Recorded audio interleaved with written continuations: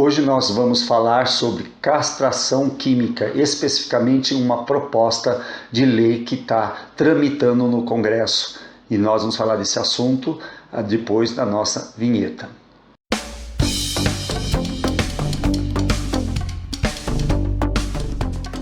Então, antes de mais nada, seja bem-vindo ao nosso canal e nós vamos falar de um assunto que sempre, vamos dizer assim, traz grande polêmica, porque a tendência das pessoas normalmente é se mover pelo fígado e não pelo cérebro. E quando a gente fala de castração química, nós estamos falando especificamente de uma proposta de lei voltada para os pedófilos.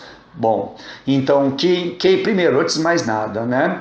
Quem é que está levando essa proposta, encabeçando essa proposta? Você lembra do ministro do Meio Ambiente do Bozo, um tal de Ricardo Salles, que aproveitou no momento da auge da pandemia para dizer que era, vamos dizer assim, uma oportunidade bastante interessante para passar tudo que fosse de aberração em termos de legislação ambiental, porque as pessoas estavam preocupadas com o vírus do Covid e que elas não se dariam conta. Então era momento de deixar a boiada passar, né? A boiada da legislação ambiental que permite a destruição do meio ambiente.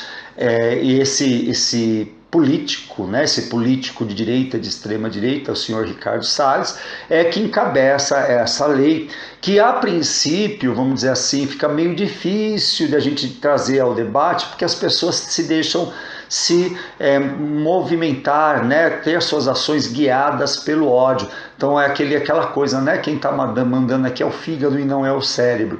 Então vamos lá, vamos por partes. Antes de mais nada, é interessante a gente entender que, né, a castração química, ela é vamos dizer assim, algo bastante cruel. Aí você pode dizer assim, mas se o cara ele é pedófilo, ele tem que sofrer, né? Então, antes de mais nada, é cruel e acabou, porque isso traz sofrimento. Que tipo de sofrimento? Vamos deixar bem claro qual é o tipo de sofrimento que esse tipo de intervenção provoca. Ela aumenta em muito a chance de desenvolver câncer, ginecomastia, que é a inflamação das glândulas mamárias, o homem pode começar a desenvolver seios e tudo mais, enfim, é todo um processo de destruição do ser humano, né? É algo que traz assim bastante sofrimento. E nesse momento, algumas pessoas podem estar falando assim, então atingimos nosso objetivo, que nós queremos que os pedófilos sofram. Se você pensa dessa maneira, né, eu queria deixar claro para vocês que a castração química não é uma novidade, já foi usada em outros tempos e outros lugares e trouxe consequências assim, às vezes bastante negativas. Vou pegar um exemplo bem específico que é o Alan Turing, que é considerado um dos pais da computação moderna. O Alan Turing, ele era homossexual, né? Ele viveu lá na Grã-Bretanha na época da Segunda Guerra Mundial e basicamente ele foi um dos responsáveis para ajudar a decifrar os códigos usados pelos nazistas na época. Então ele desenvolveu máquinas, né, máquinas que trabalham com informação, que hoje nós poderíamos dizer que seriam os embriões dos computadores modernos, e ele basicamente ajudou os aliados, especificamente a Inglaterra, a vencer Adolf Hitler. Então foi um cara bastante importante. O problema dele é que ele era homossexual, e os homossexuais eles eram extremamente perseguidos naquela época, não só na Inglaterra, como em outros lugares do mundo, e o são ainda até hoje, em certa medida, em determinadas circunstâncias, né? E ele sofreu a castração química porque a lei dizia que um indivíduo homossexual tinha que passar por castração química, e ele se matou, né? Ele não aguentou o impacto psicológico de ter o seu corpo em transformação, porque a castração química ela causa transformações no corpo do sujeito, porque, não sei se vocês sabem, mas é importante trazer aqui e deixar bem claro que o hormônio não é brincadeira, né? Os hormônios, de um modo geral, sejam eles sexuais ou não. E os sexuais, nesse contexto, eles causam uma série de mudanças poderosíssimas no corpo. E quando você faz a castração química, você está fundamentalmente mexendo com hormônios, né? De um modo direto e indiretamente mexendo com hormônios. Segundo ponto dessa história é que vamos dizer assim, a justiça nem sempre ela acerta, né? A gente sabe que existem erros judiciais, a justiça às vezes ela erra nas suas determinações e tudo mais. Então, você imagine, você condena alguém por pedofilia, você enche a cara de pessoa com medicamentos, vai alterar ela hormonalmente, ela tem um monte de transformação no corpo, ela desenvolve um câncer e de passado um certo tempo você descobre que houve um erro no julgamento. Nas 3 instâncias pode ter acontecido isso e erros acontecem. Esse é um dos pontos delicados quando a gente fala de algo que causa um impacto muito grande, né? Quando você pensa numa pena extremamente impactante. Porque uma coisa é você ser preso injustamente, outra coisa é você ter seu corpo transformado. Não que ser preso injustamente seja bacana, né? A gente tem casos, quantos casos a pessoa cumpriu ali muitos anos de pena e se descobre que houve erro na justiça, né? Soube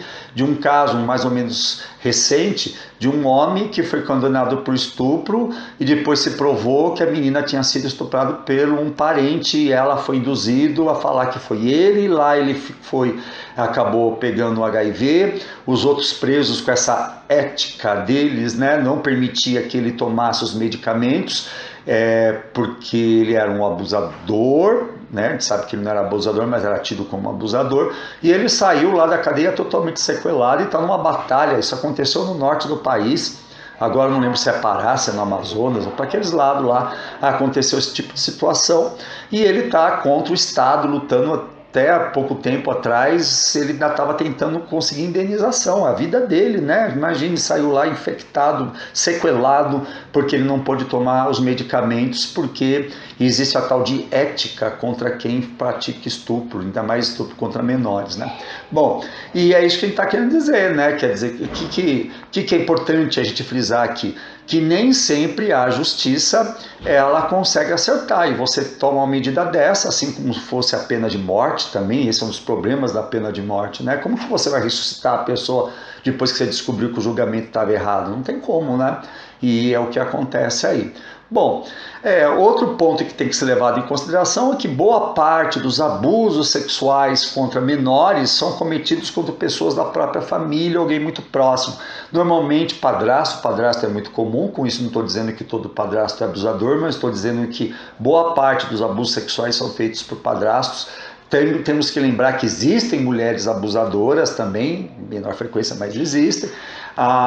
E outra questão que a gente tem que ter em mente é que é muito importante a gente estar pensando em mecanismos sérios e reais para lutar contra a pedofilia e os abusos, principalmente os abusos sexuais. Um deles seria a questão da educação sexual. Agora você vai lá, pergunta para o seu Ricardo Salles o que ele pensa sobre educação sexual, ele vai falar um monte de abobrinha, um monte de besteira, e seria algo muito mais racional, de muito mais alcance, você ter educação sexual implementado nas nossas escolas, porque isso facilitaria a criança a identificar quando ela está entrando no processo de abuso, teria uma porta, um canal de comunicação para maior e muito importante, que seriam as próprias escolas, para chegar a essas denúncias do abusador.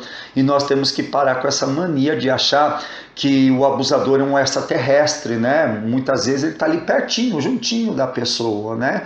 Então, existe um monte de coisa, de ações, de políticas públicas que pode ser feito. E para terminar, vindo de quem veio, né? Ricardo Salles, o homem que queria passar a boiada por causa do Covid e deixar destruir o meio ambiente, como ele fez de fato, e prejudicar o direito dos indígenas. Eu acho que não dá para esperar grande coisa dessa ultradireita, a não ser esse tipo de coisa, infelizmente. Eu sei que o assunto é delicado, gente, que as pessoas tendem a pensar com o fígado e tende a se mover pelo ódio, mas é muito importante a gente neutralizar um pouco essa forma e usar um pouco do racional.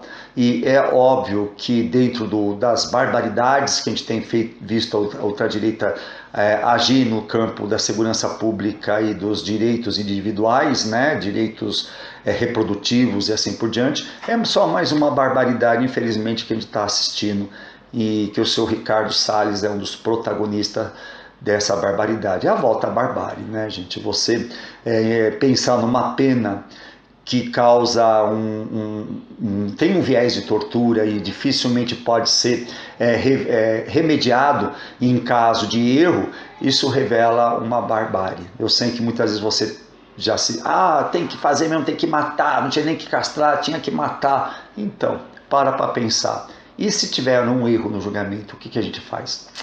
Certo? Então, gente, é isso aí, grande abraço e até mais.